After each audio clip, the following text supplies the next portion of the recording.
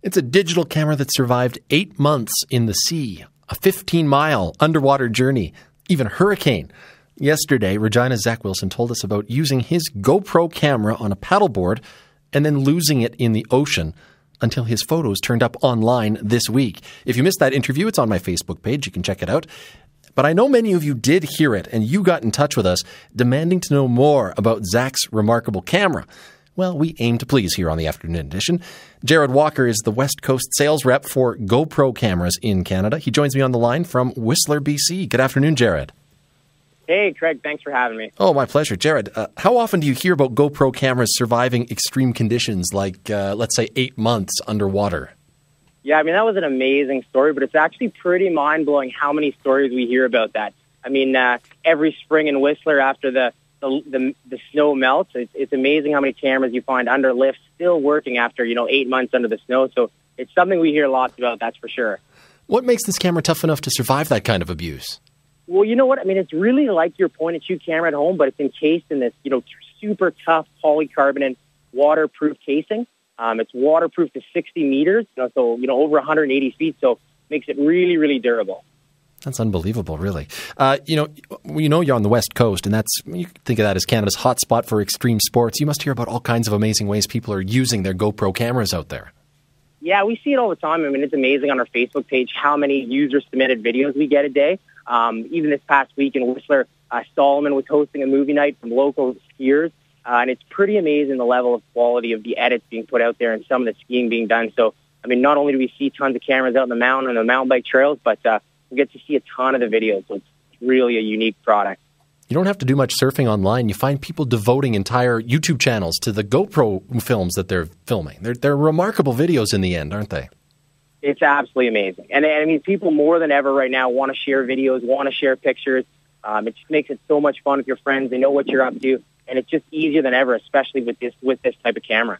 There's one thing I don't quite get. Okay, you talked about the waterproof case that makes it extraordinarily durable, but the other part of the equation is how people are attaching it to the things that they're doing. You see it on hang gliders, and you see it on surfboards. You see it almost everywhere. How are these people attaching this GoPro camera to what they're up to? Yeah, I mean, what makes the camera so powerful really is the mounts, like you say, because you see them everywhere. And so, exactly like your point-and-shoot camera at home, it's there to capture the most memorable moments in your life.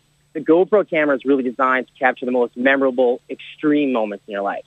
And so the amount of different accessories they have really allows it to be such a versatile, mountable system. And I mean, in the product line, there's, chest mount harnesses, there's different pole mounts. You can mount it to the handlebar on your bike, specific surf mount adapters. I mean, you name it, you can attach it to it. So just, it makes it so you can take that camera everywhere. It's not just a helmet-mounted product. You can take it, cliff jumping and kayaking and windsurfing, surfing, you name it. It's meant to be there with you in all your adventures. Because people use these cameras in such extreme situations, how often do you hear about people losing them forever sometimes?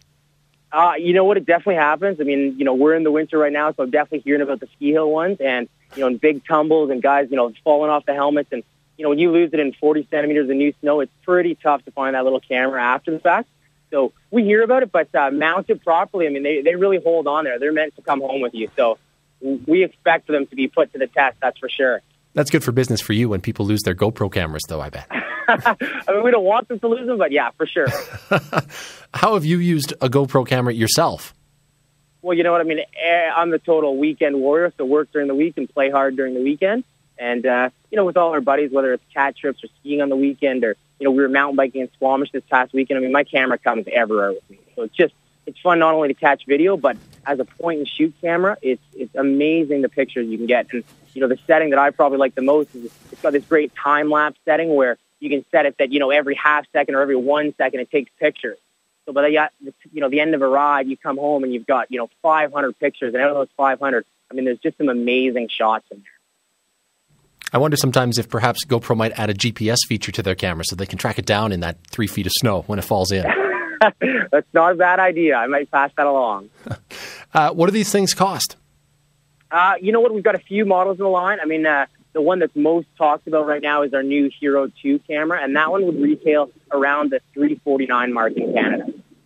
Sorry, $349?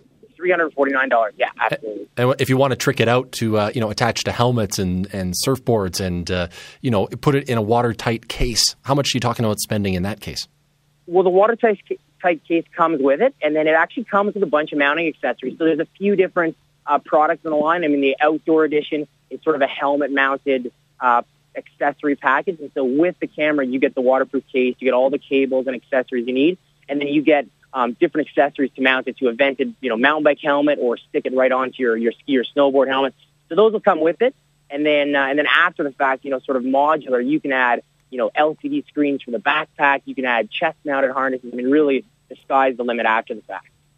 Well, Jared, I sure appreciate you telling us about the GoPro camera. We had a lot of listeners that wanted to learn more about it. So thanks for your time. My pleasure. Thanks for having me. Bye-bye. Bye now. That's Jared Walker. He's the West Coast sales rep for GoPro cameras in Canada. And get this, we asked Jared to roll his GoPro camera for us while he did that interview. So if it all works out, you'll be able to drop by my Facebook page. You can check out the interview we did yesterday. That was a remarkable story.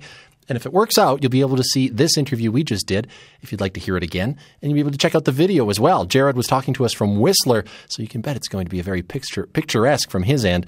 And I've even rolled on my end with my iPhone, so you get a less attractive video of me talking to Jared. I'll try and put that together tonight, put it up on the Facebook page, facebook.com/Craig Lederhouse CBC.